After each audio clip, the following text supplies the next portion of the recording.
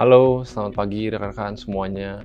Nama saya Christopher. Saya ingin discuss mengenai topik sustainability in digital business. Ini adalah topik yang sangat penting dan menarik, dan saya berharap hal ini bisa memberikan inspirasi dan wawasan untuk kita semua. Dari topik sustainability in digital business ini, kita akan bahas tentang apa itu digital marketing, kenapa sih saat ini sangat penting, lalu platform apa yang akan digunakan, lalu juga ada channel seperti apa yang akan disalurkan, lalu juga ada komponen untuk efektivitasnya dari sisi digital marketing trends, dan juga yang terakhir ada study case-nya. Definisi dari digital marketing itu sendiri adalah tujuannya memasarkan produk atau layanan penggunaan melalui suatu platform. Objektifnya pasti untuk meningkatkan kesadaran merek ataupun brand, prospek, dan pastinya untuk penjualan. Lalu yang terakhir, relevansinya untuk apa sih? Saat ini kan hampir semua masyarakat itu selalu menggunakan internet dan untuk mencari informasi dan juga untuk berbelanja. Kita bisa lihat dari slide berikut ini, ada channel platform yang digunakan dari channel platform TikTok untuk mencari informasi, lalu juga ada platform TikTok lagi untuk memperkenalkan atau memasarkan produk brandnya. Lalu yang ketiga ada channel YouTube. Mungkin di sini bisa dilihat untuk bermain game atau mungkin mencari walkthrough-nya dalam permainan tersebut. Dan yang terakhir itu adalah produk yang dipasarkan melalui Instagram dengan bundling produk satu dengan produk yang lain. Bisa dilihat dari sisi di bawah, itu kita dapat memperhatikan bahwa platform-platform yang digunakan sebagai sarana internet, yang pasti yang pertama adalah WhatsApp. WhatsApp itu sampai dengan 90%. Lalu juga ada Instagram, Facebook, TikTok, YouTube, Telegram, dan X yang sebelumnya namanya menjadi Twitter. Komponen aspek ini pastinya tujuannya untuk mencari informasi ataupun kebenaran dalam suatu peristiwa dan suatu kejadian. Short video juga bisa digunakan dalam memperkenalkan produk dan juga kelebihan dari produk itu sendiri. Memainkan suatu permainan yang dipromosikan secara digital. Tujuannya apa? Tujuannya supaya orang-orang yang mencari informasi tersebut dapat menerima informasinya. Tujuannya adalah untuk meningkatkan konversi pastinya dari orang-orang yang menggunakan digital marketing yang bertujuan untuk meningkatkan potensi dari si customer dalam mengetahui barang tersebut ataupun menjadi konversi dalam membeli. Dan pastinya hal ini harus dilakukan demi bisa menjaga relasi dengan para customer tersebut. Dari channel digital marketing yang ada, itu kita bagi bisa menjadi 8 bagian. Yang pertama ada SEO, Search Engine Optimization, SEM, Search Engine Marketing, ada SEM, Social Media Marketing, lalu ada Content Marketing, Affiliate Marketing, Email Marketing, Display Marketing, dan juga GEO, mungkin yang saat ini masih baru, yaitu Generative Engine Optimization.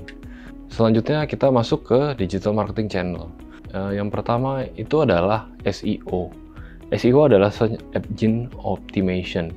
Tujuan dari SEO ini adalah untuk mendapatkan optimasi dari peringkat website yang ada di mesin pencari seperti Google. Lalu yang kedua kita ada SEM. SEM ini adalah iklan berbayar di mesin pencari Google yang tujuannya untuk bisa menggunakan pay per click-nya untuk target dan kata kunci yang spesifik. Lalu yang ketiga adalah SEM, yaitu Social Media Marketing. Social Media Marketing ini biasanya digunakan untuk mempromosikan produk ataupun brand melalui platform yang diyakini seperti Instagram, Facebook Meta, bisa juga dari LinkedIn ataupun TikTok dengan konten organik dan juga ada yang bisa berbayar. Berikutnya adalah content marketing. Content marketing ini biasanya dibuat untuk membagikan produk yang bernilai seperti blog, video, dan juga info yang grafis. Fokusnya adalah pada edukasi dan engagement terhadap masyarakat. Lalu ada email marketing. Email marketing sendiri tujuannya dengan mengirim pesan kepada customer ataupun pelanggan yang ada supaya mereka pun bisa mengingat kembali terhadap produk yang telah mereka beli sebelumnya. Berikutnya adalah affiliate marketing. Affiliate marketing ini adalah kolaborasi antara influencer dengan brand ataupun partner dalam mempromosikan produknya, ditambah dengan imbalan, yaitu sebuah komisi yang akan diberikan dari brand tersebut. Lalu yang terakhir ada display marketing. Display marketing ini adalah iklan visual yang berbentuk seperti banner, gambar, ataupun video di website ataupun di platform digital yang ada. Oke, lalu yang terakhir adalah GEO. GEO ini mungkin ungkapan yang baru didengar. GEO ini adalah Generative Engine Optimization. Generative Engine Optimization ini seperti penggunaan AI seperti chatbot, Gemini, dan juga AI lainnya yang mungkin baru bermunculan. Tujuannya apa sih dari GEO ini? GEO ini bertujuan untuk meningkatkan visibilitas konten, mengoptimalkan konten yang ada agar lebih sering muncul di dalam AI, lalu juga membantu si AI memahami dari konten tersebut, meningkatkan juga pasti salah satunya untuk brand awareness. Lalu yang terakhir adalah menyesuaikan dengan algoritma AI seperti SEO, GEO untuk mengikuti perkembangan yang relevan dengan tren-tren yang terbaru. Berikutnya adalah komponen efektif strateginya. Dalam hal yang pertama itu adalah personalisasi. Dalam penggunaan digital marketing yang ada, pastinya kan kita bisa mengumpulkan dari umur, genre seperti apa, lokasinya, dan bahasa yang biasa digunakan dalam mengcustomize si promosi tersebut. Lalu yang kedua, analisis dari produk view, klik, ad, dan juga sampai terjadi penjualan. Yang ketiga, yaitu mentargetkan kembali si visitor website tersebut untuk dia bisa dapat berinteraksi apabila masih terdapat banyak add to cart di dalam toko tersebut. Masuk ke berikutnya itu adalah storytelling.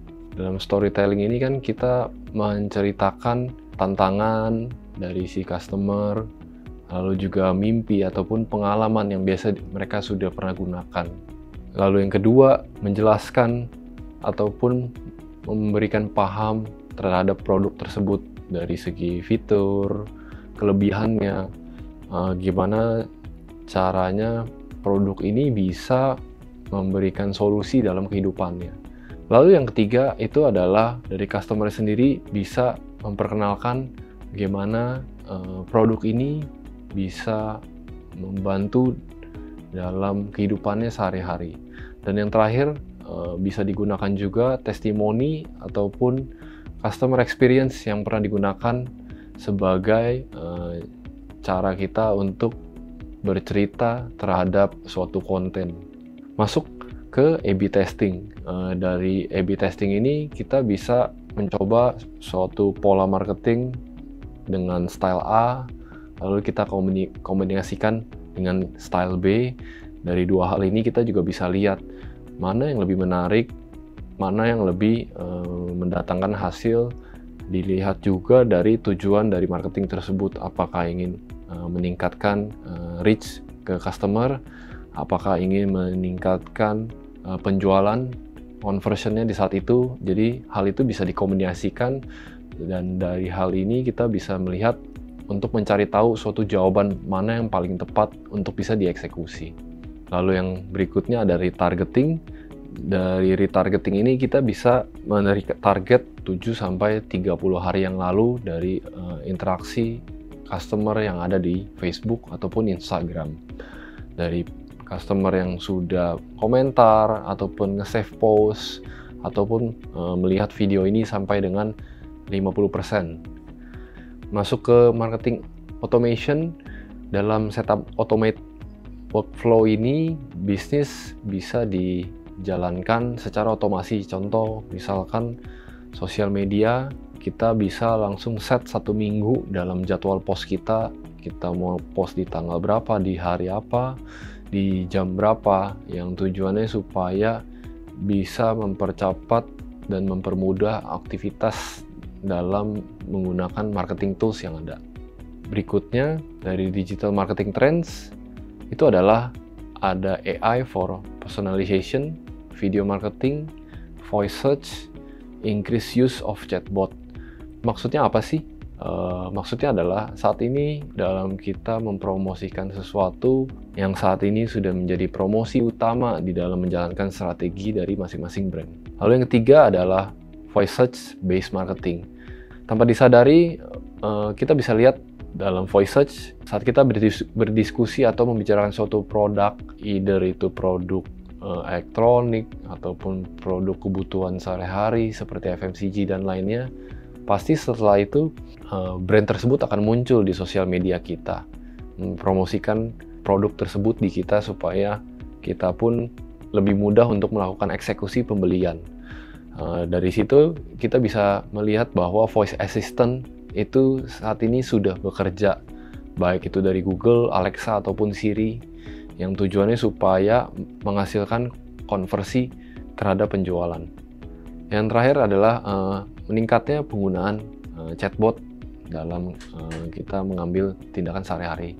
AI chatbot ini saat ini banyak terjadi untuk digunakan dalam kita mengetahui respon cepat ataupun langkah efisiensi dalam sebuah bisnis dan juga transaksi. Contoh AI yang sering digunakan yaitu pasti ada ChatGPT, Gemini, dan juga beberapa AI lainnya yang saat ini sudah lahir. Dalam study case yang kita bisa lihat dalam hal ini, Nike contohnya, Nike itu menggunakan sosial media secara efektif dengan campaign Just Do It. Apa yang digunakan dalam campaign ini? Campaign ini Nike menggunakan Colin Kaepernick. Dia adalah seorang pemain football di National Football League. Dalam campaign ini, Nike dapat meningkatkan penjualan sekitar 31% dalam campaign yang digunakan saat Labor Day. Mereka mengadopsi storytelling approach di dalam digital advertisement-nya dan juga YouTube videos-nya. Hal ini pastinya bisa mempromosikan produk secara emosional supaya hal ini bisa mengkoneksi langsung ke customer ataupun targetnya. Yang terakhir, penggunaan influencer sebagai modal untuk pemasaran pastinya akan meningkatkan kredibilitas dan daya tarik merek yang digunakan oleh Nike, maupun dari atlet profesional ataupun juga selebriti sebagai ambasador yang menggunakannya. Berikutnya, untuk konklusi dari digital marketing dalam kehidupan bisnis itu adalah yang pertama, pemilihan saluran yang relevan di setiap bisnis itu pasti memiliki target dan audiens yang berbeda. Dan memilih saluran digital yang tepat seperti dari media sosial, pemasaran email, SEO, ataupun PPC adalah penting. Lalu yang kedua adalah optimalisasi taktik dengan menggunakan analis data. Bisnis dapat mengukur performa campaign dan menyesuaikan juga dengan strategi untuk meningkatkan ROI. Lalu yang ketiga itu adalah penargetan yang presisi. Pemasaran digital memungkinkan bisnis untuk menargetkan audiens secara spesifik berdasarkan demografi, minat, perilaku, dan lokasi, sehingga meningkatkan efisiensi dalam pengeluaran pemasaran. Lalu yang keempat adalah konsistensi dalam pencitraan merek. Hal ini tujuannya pastinya adalah menjaga konsistensi dalam pesan yang dibawakan oleh brand, visual, suara, platform digital, dan juga hal itu pasti akan membantu kepercayaan dan pengenalan merek yang kuat di mata konsumen. Lalu yang terakhir adalah adaptasi terhadap perubahan.